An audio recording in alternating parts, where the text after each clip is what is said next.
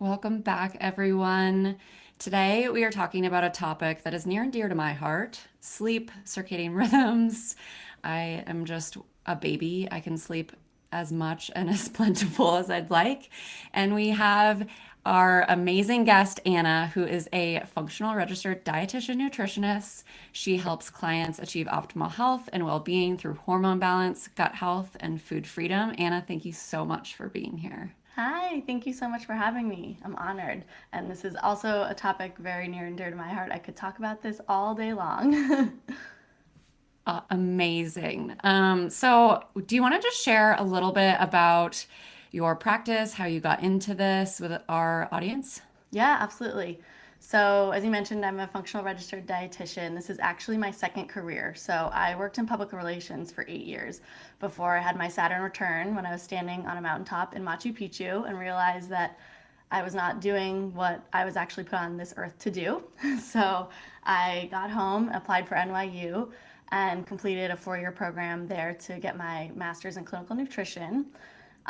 Throughout that experience, I really realized that I wanted to be a much more proactive and preventative healthcare provider. So when I was in school, I started doing just my own research and education. I took Aviva Romm's functional medicine practitioner training. That's kind of when I fell in love with functional medicine. At the same time, I was undergoing my own health issues with SIBO. I was having menstrual migraines. I worked with a functional practitioner to overcome those. And yeah, once I graduated and got my RD credential, I opened my own private practice in Brooklyn, and I've been open for over 2.5 years now, and I love it. I'm like really just so lit up by what I get to do every day. So, Yes. so amazing. That I didn't know that story about you, and that's just incredible. You've literally lived two lives. Yes, I have. Yeah, it's never And too late Anna and to I go back. Anna and I overlapped at NYU, so that's how we met. Yeah, Oh my yeah. gosh, I We didn't know took that either. actually we took a class together. It was like an integrative nutrition class. It was like the Yeah, only kind of woo woo out there class that NYU offered. And Nora and I were both exactly. like moths to the flame with it. It's so true. It's telling. Ah, I'm excited because I love hearing you talk about this topic. I've had her come in and guest coach in my group program before too because she is the circadian rhythm queen, and I love so important for our hormone health. So I'd love for you for the let's pretend nobody's even heard of the word circadian rhythm before. I hope everyone has heard of it by this point. But can you just intro like what the heck a circadian rhythm, plural rhythms are? What where do we even get started on this? Yeah, absolutely. So, kind of to back up a little bit, circadian rhythm falls under an area that is starting to get a lot more awareness called chronobiology. And that is the study of biological rhythms. So, how things like our circadian rhythm affect us as humans and as mammals. So, we have a lot of biological rhythms. I know, you both talk a lot about the infradian rhythm. So, that's like the menstrual cycle. So, an infradian rhythm is something that's longer than 24 hours.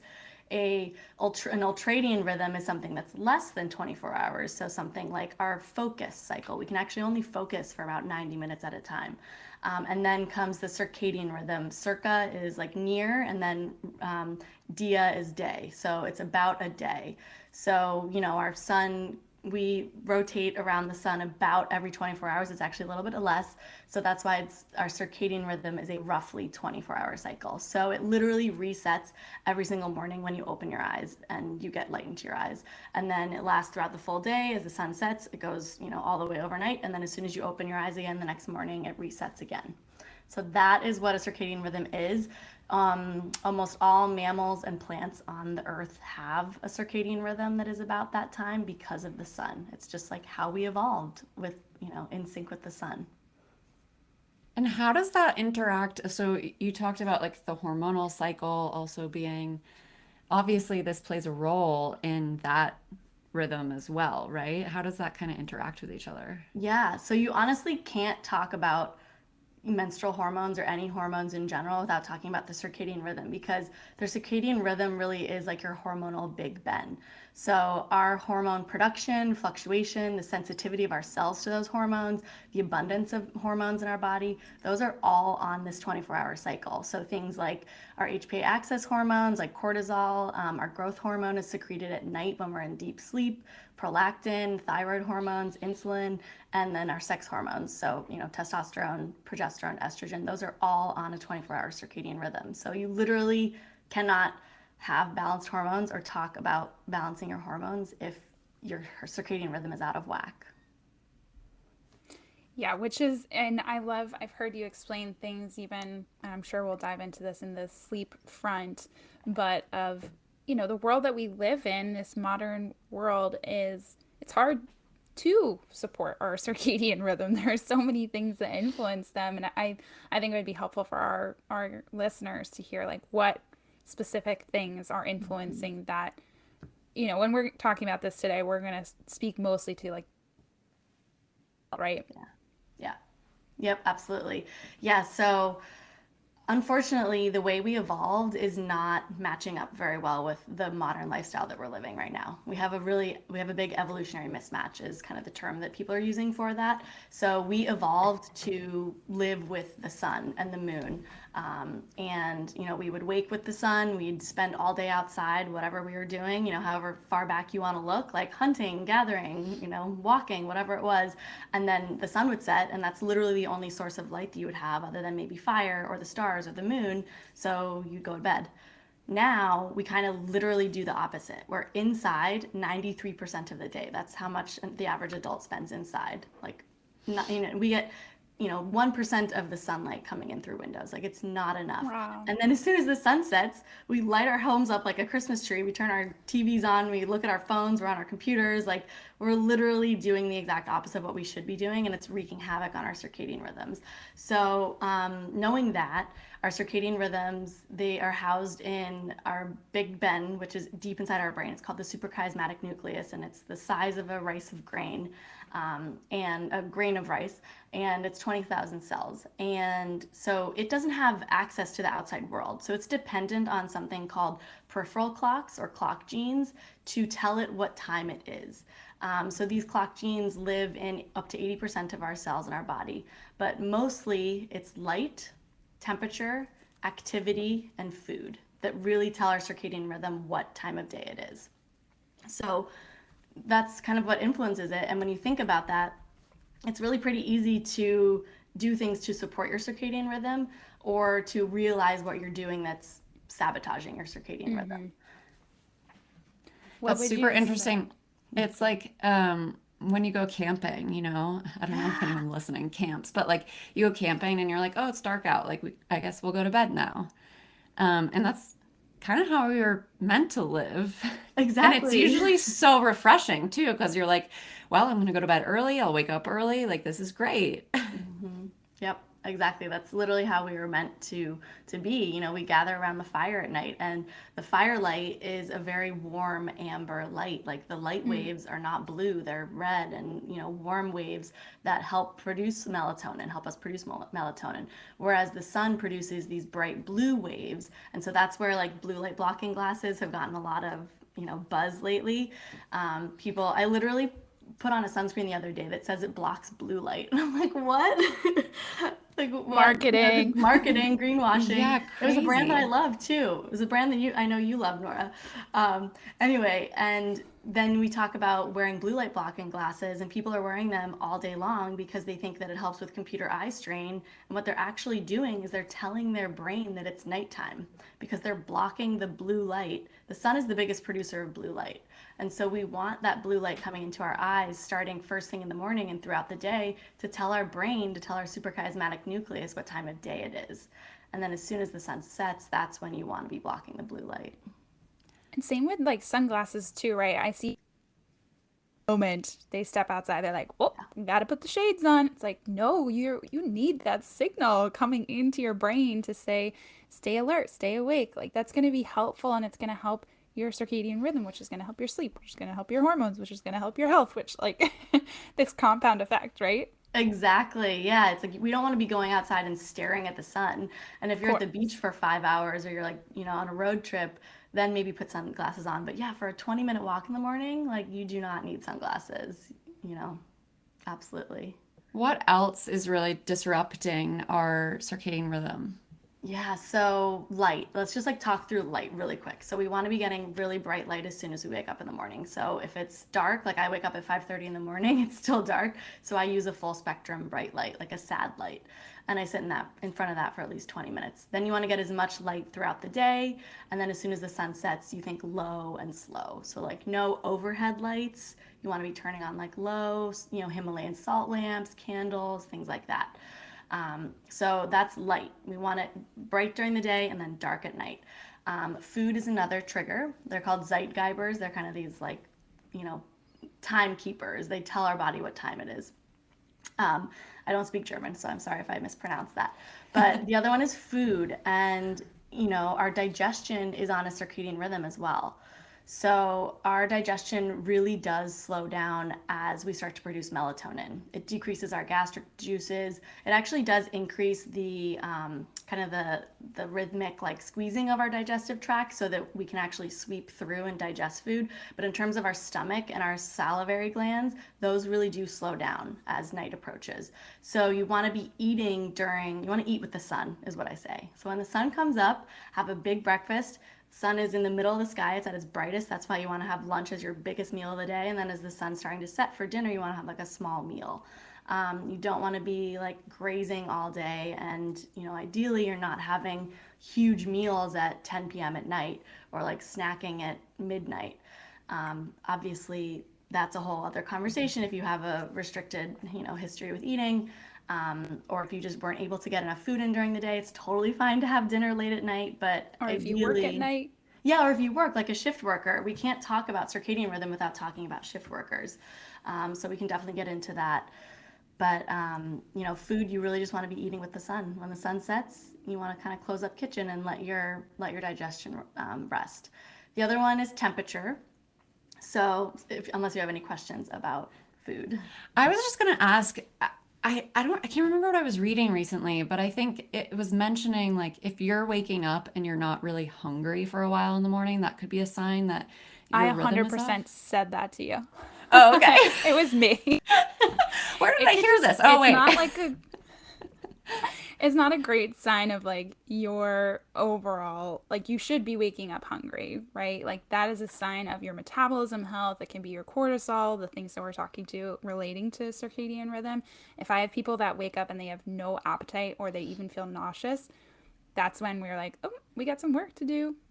Yeah, I think I have some work to do. I'm like never hungry in the morning, but that's definitely something it's really interesting. I don't, sleep isn't hard for me, but I'm never hungry in the morning. So that's interesting to know that just the relation to food.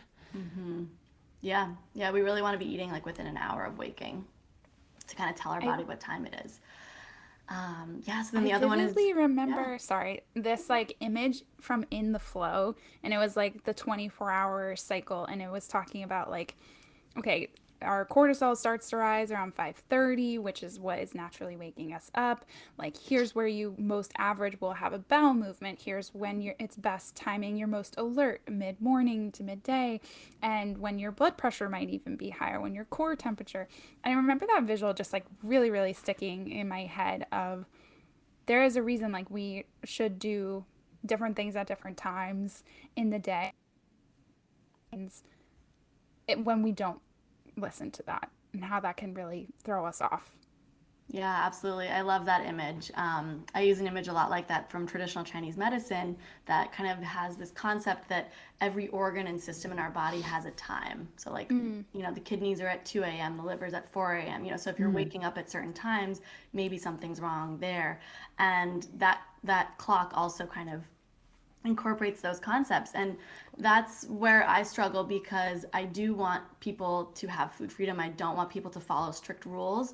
So when it comes to following a clock like this, you're not following a mechanical clock. We're not saying that at 9 a.m. you always have to have breakfast. We're saying that at 9 a.m. your biological clock wants you to have breakfast. Like this is in your DNA and in your genes. Like our circadian rhythm, if you look at our chronotype, which is sort of the type of It's hard to explain. It's based on the length of your period 3 gene, and it's when your body wants to wake up or go to sleep. So if you've always been an early bird or you've always been a night owl, then that's your chronotype.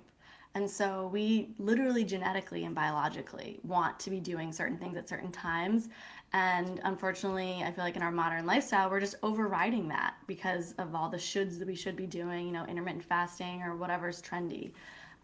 So it's really not about following a strict schedule or a diet. It's really about tuning back into your own biology.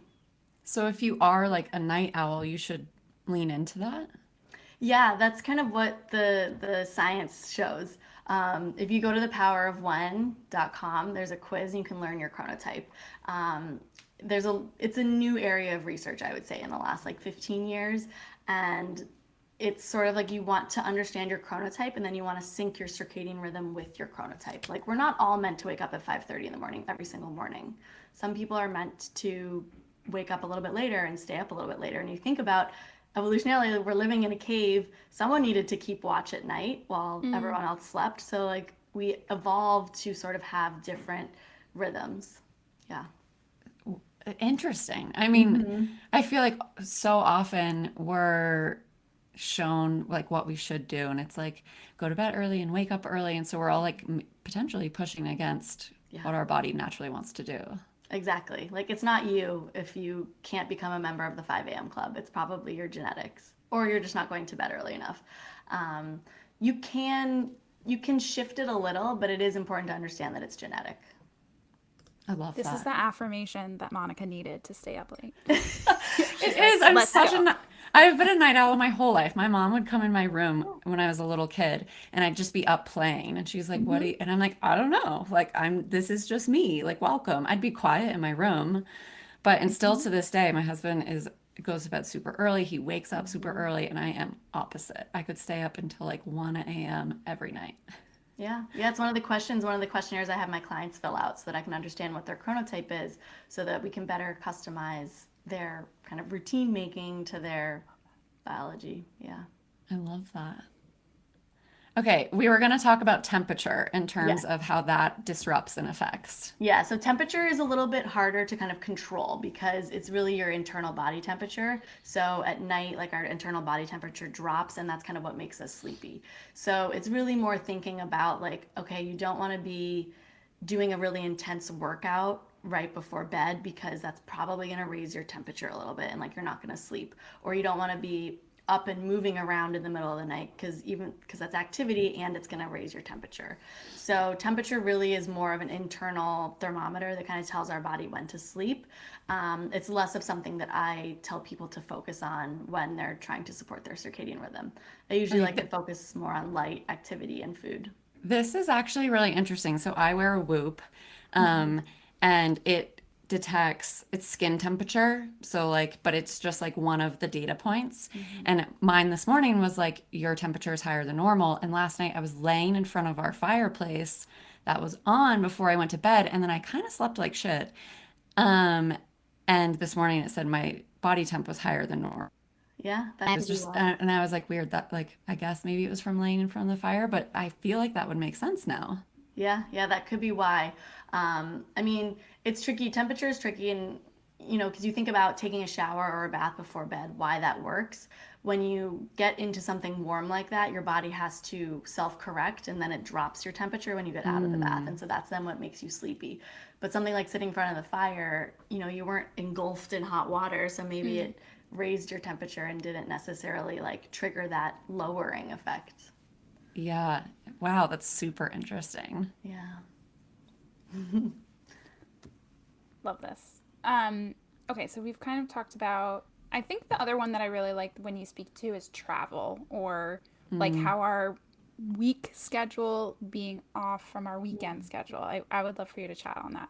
Yeah, this is social jet lag. So we'll talk about jet lag with travel and then social jet lag.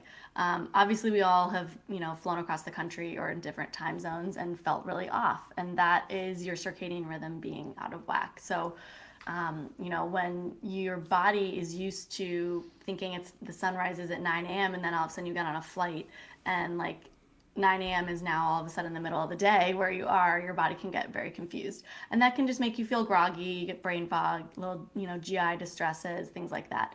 Usually our body gets back on to the new time zone at about an hour a day.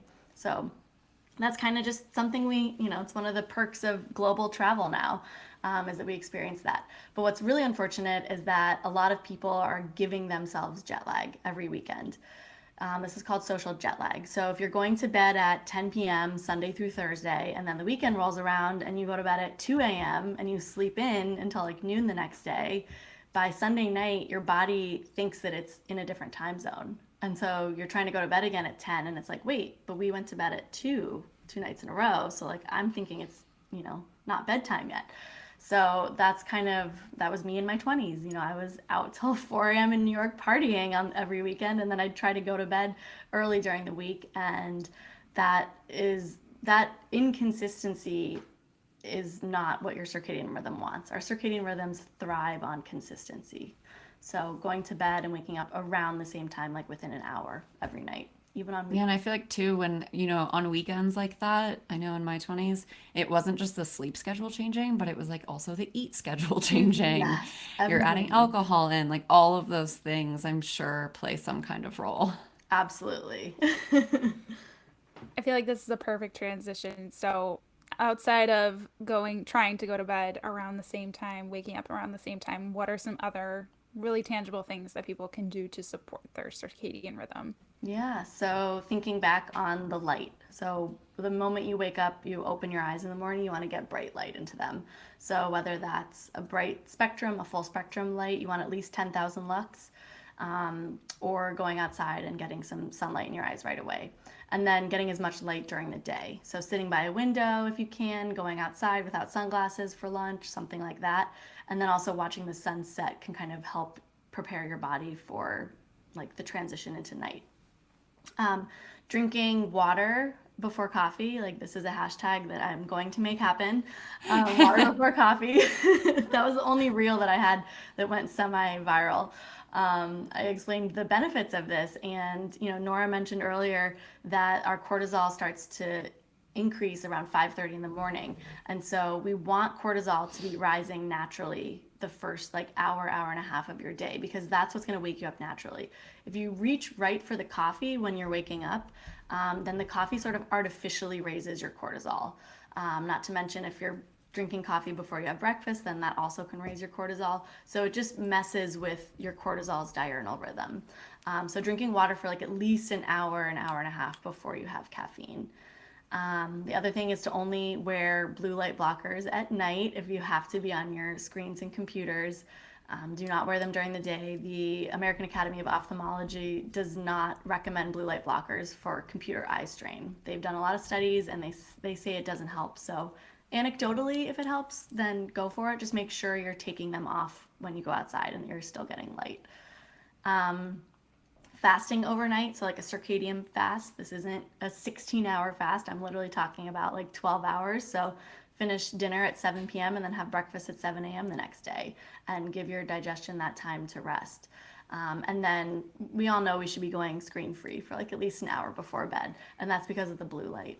So those are sort of the main and easy things to do throughout your day that I feel like you don't even have to think about once they become part of your routine, that will really support your circadian rhythm. Yeah, one of the things that you talked about recently too, I think it was in your Thrive challenge, Mm-hmm. was seeing the sun go down. And I definitely heard like go outside, get sun in your eyes when you wake or when the sun's coming Mm-hmm. up. But I think that was really interesting to kind of like, and it's just so good for our mental health to take a pause Mm-hmm. and be like, oh, look how pretty this is. It's usually pretty like beautiful, and is a really nice part of the day to go outside. But that's something that I've definitely added in recently is thinking about like, oh, the sun's going down. I should take a minute. Yeah, absolutely. It's just such a nice way to bookend your day. It's like sunrise, sunset. Yeah. If you are up early enough to watch the sunrise. Yeah. The one I like no screens an hour before bedtime, and I also add like an hour when you wake up, Yeah. trying not to go on your screens first thing in the morning. too with the cortisol. It like actually changes our brain waves and can put us right into that kind of fight or flight mode where the day you have a little morning routine, you have your breakfast, then you have your caffeine, and then you settle in and start working or check your email or check social, whatever it is. Trying to give your body that time in the morning too, I think is so important. Yeah. Yeah, I think we can all agree that checking social first thing in the morning just puts you in this like reactive mode that is not good for your rest of your day. Like creativity goes out the window. You're just feeling like shit about yourself. I sleep with my phone in my office actually, and I don't pick it up until I like come to my desk for the day. So it's like Awesome. it's my favorite thing. I have an alarm clock. Like it's just the alarm clock is the light that like gets brighter. So it's like I have a sunrise every morning in my bedroom when it's dark. I think that's like my favorite routine is just no phone in the bedroom. My husband still sleeps with his in the bedroom, and I don't like it. Yep, same. Yeah, I put mine in my office drawer before bed. I Oh, I love love it. that. Yeah. Same. So much goodness. I think one like really big question that is inherent when we talk about sleep is melatonin.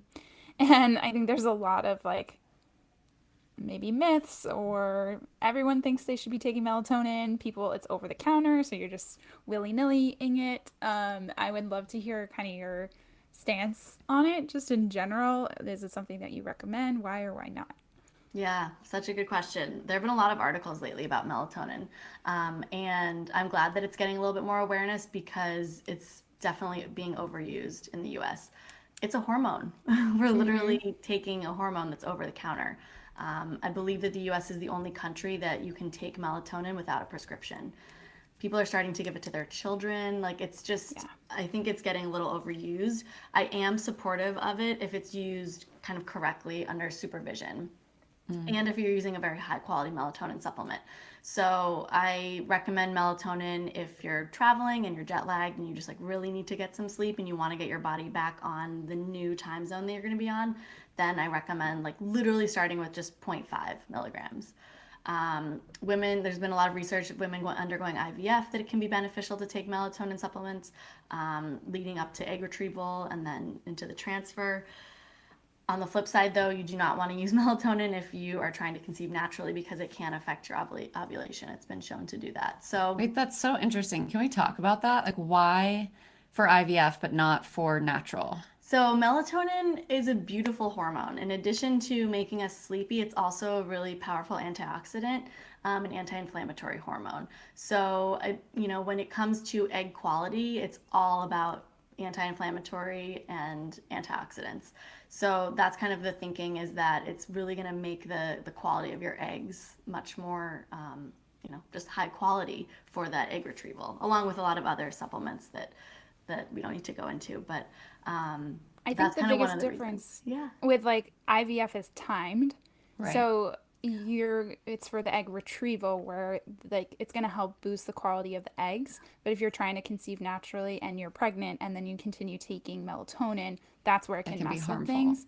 I think we talked about this a little bit in the customer Q&A We episode did. because I was saying like the leading up to the preconception time period, it can be really important to help just boost the egg quality, like Anna was saying, but you don't want to be pregnant and taking melatonin. So it's tricky because you might not know that you're pregnant until you're really like 6 weeks pregnant, right? Like Yeah. most people, you don't think anything's different unless you don't get your cycle.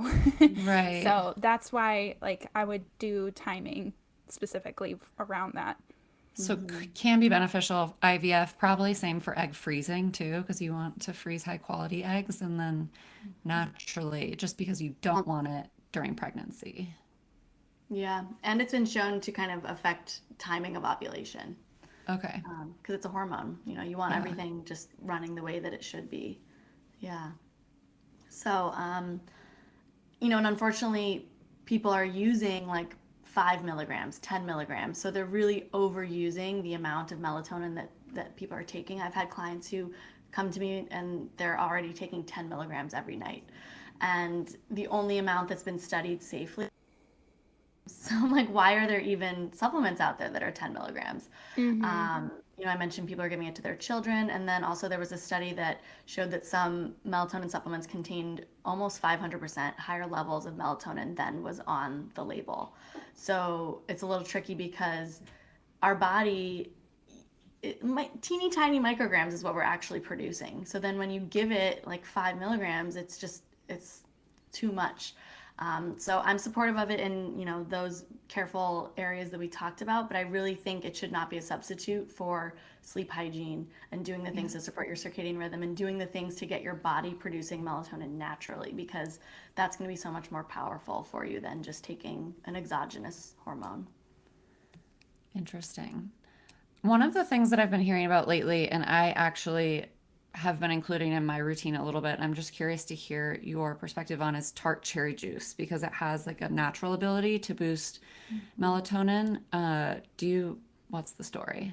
This is so interesting. It's so funny. I literally saw an Instagram reel a couple days ago about this, and I'd kind of heard, inklings about it. I've come across it in my own research, but I've never really dove into it, and I did in preparation for this. And I wouldn't say I'm a convert. I haven't tried it yet, but the research is starting to be there. They're very small studies. So most of the studies that were mentioned in the articles that I read included like 20 people, and they drank 1 ounce of cherry juice 30 minutes before bed.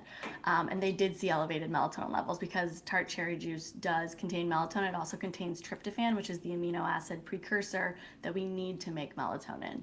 So, 20 people, okay. Another study had 8 people, but they were over 50 and they had chronic insomnia already. And they were drinking 1 cup, so 8 ounces of tart cherry juice in the morning and in the evening. And, Nora and I as dietitians are probably going, "Ooh, that's so much sugar." People might have been sleeping because they were just in a blood sugar coma. So it did improve their sleep time. So I think it's something worth trying out. I personally wouldn't ever recommend more than the 1 ounce before bed, Yeah. probably mixed with something yummy to drink it with. It's also Yeah, I've been drinking it with, Yeah, so I just do like a splash in my yep, Maria at night, I and love it makes that. this like, you know, I feel like you got to have some variety, so it makes it Mm-hmm. taste different.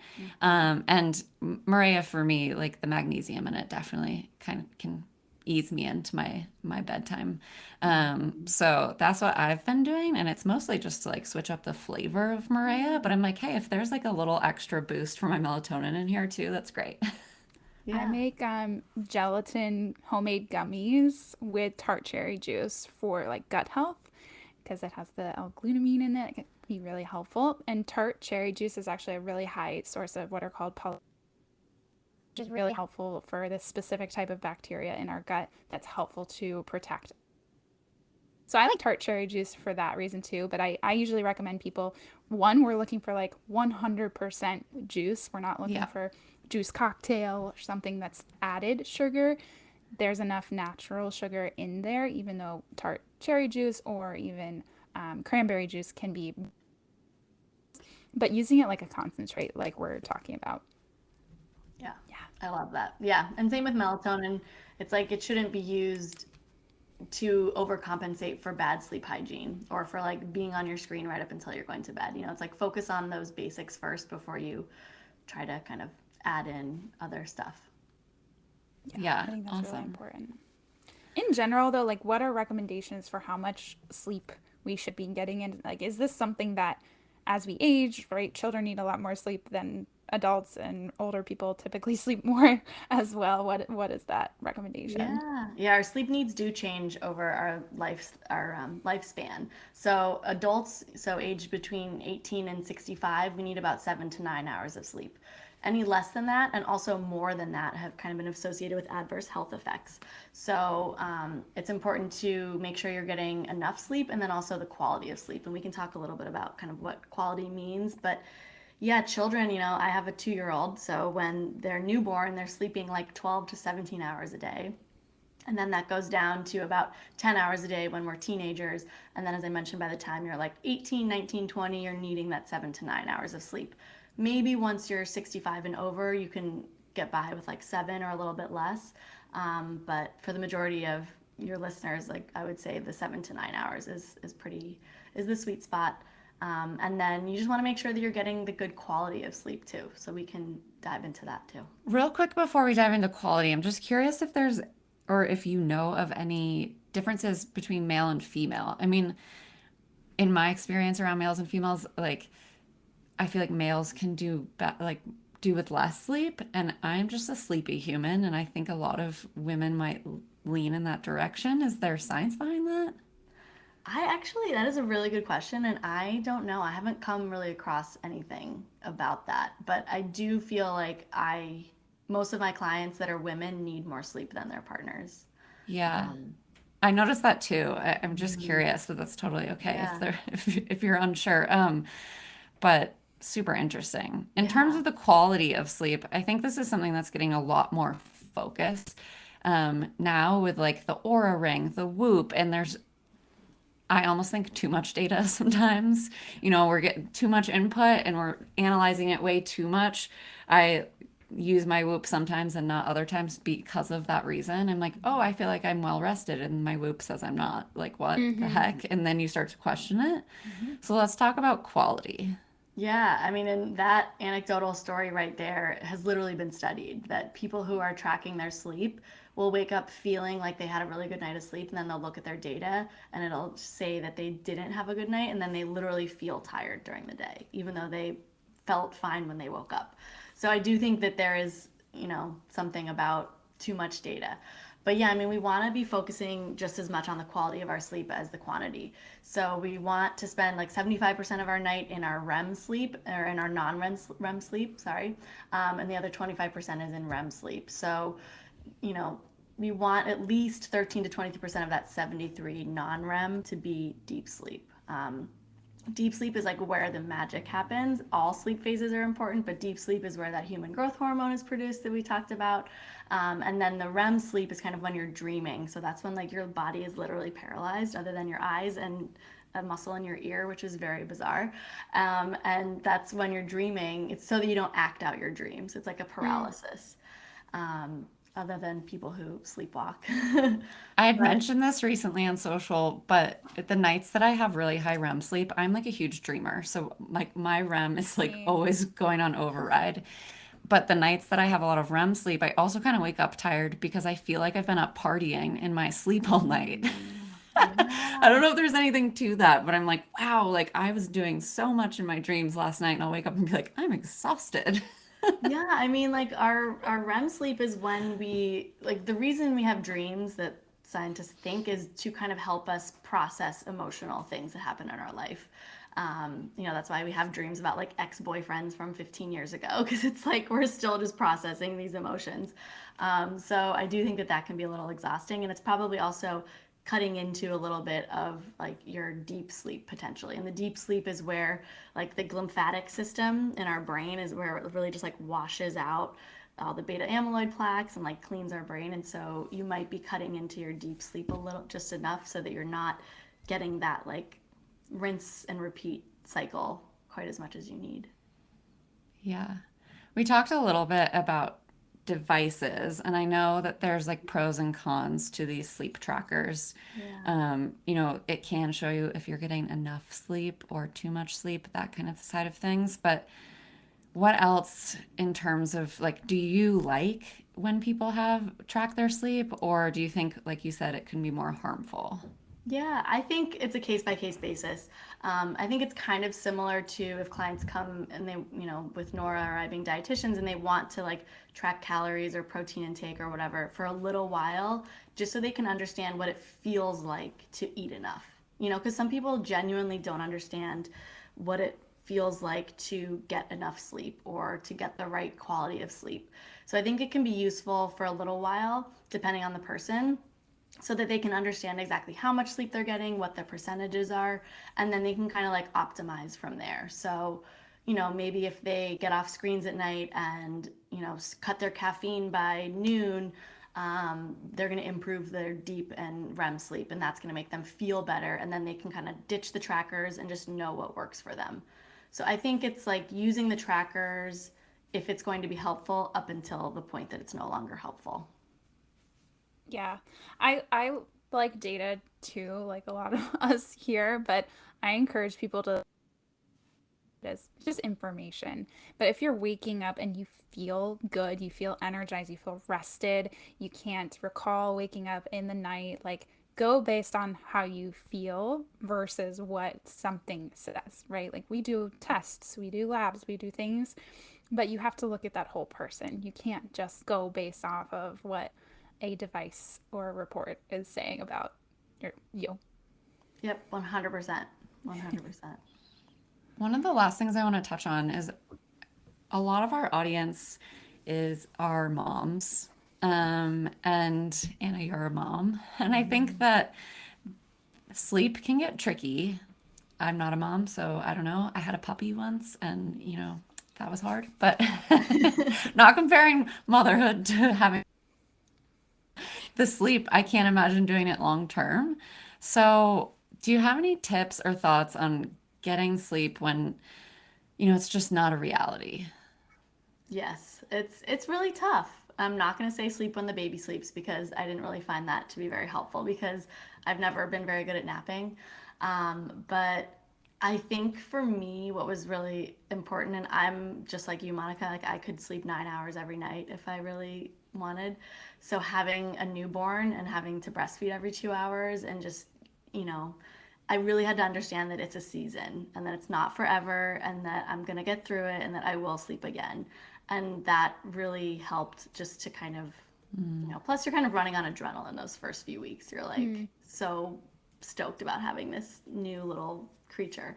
But I would say that like go to bed as early as you can, because for most people, unless you're an extreme night owl, those early at night hours are much more high quality than later in the night.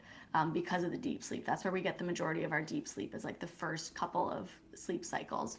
The other thing is just like where are the boundaries that you feel like you could set? So like can your partner be on baby duty for one night a week and you can sleep in the guest room and like get a full night of uninterrupted sleep with your earplugs in.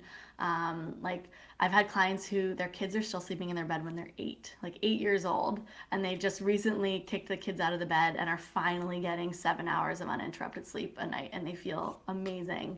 I've also had clients who still sleep with the baby monitor like on loud under their pillow, even though their kid is 4 and sleeping through the night, and it's sort of like where are these boundaries that you can be setting, because we have to fill our cup first, and sleep is one of like the best places to fill your cup as a mother or a parent.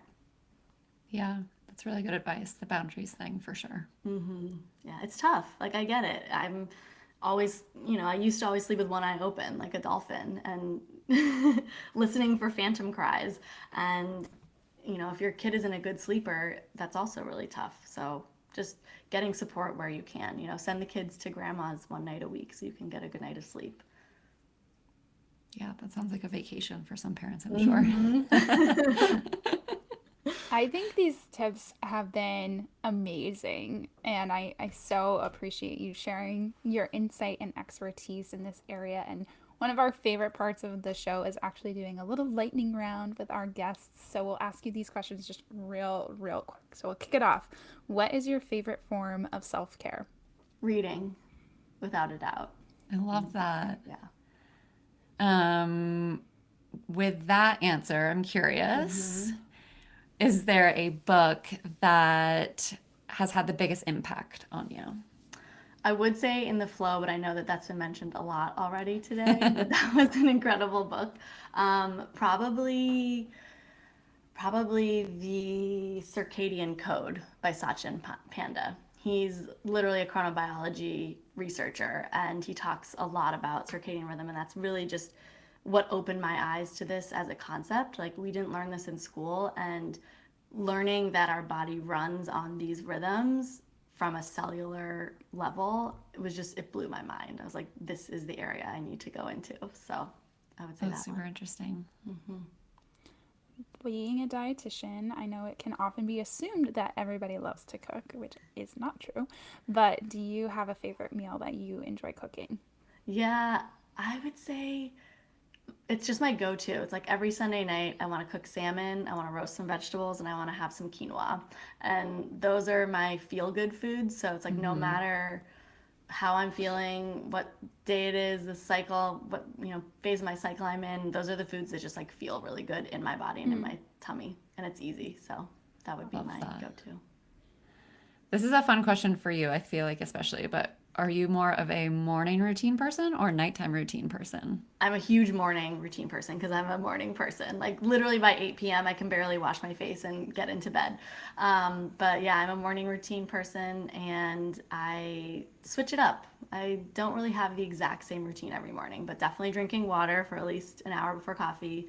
And then some form of Hashtag self water before coffee. water before coffee hashtag.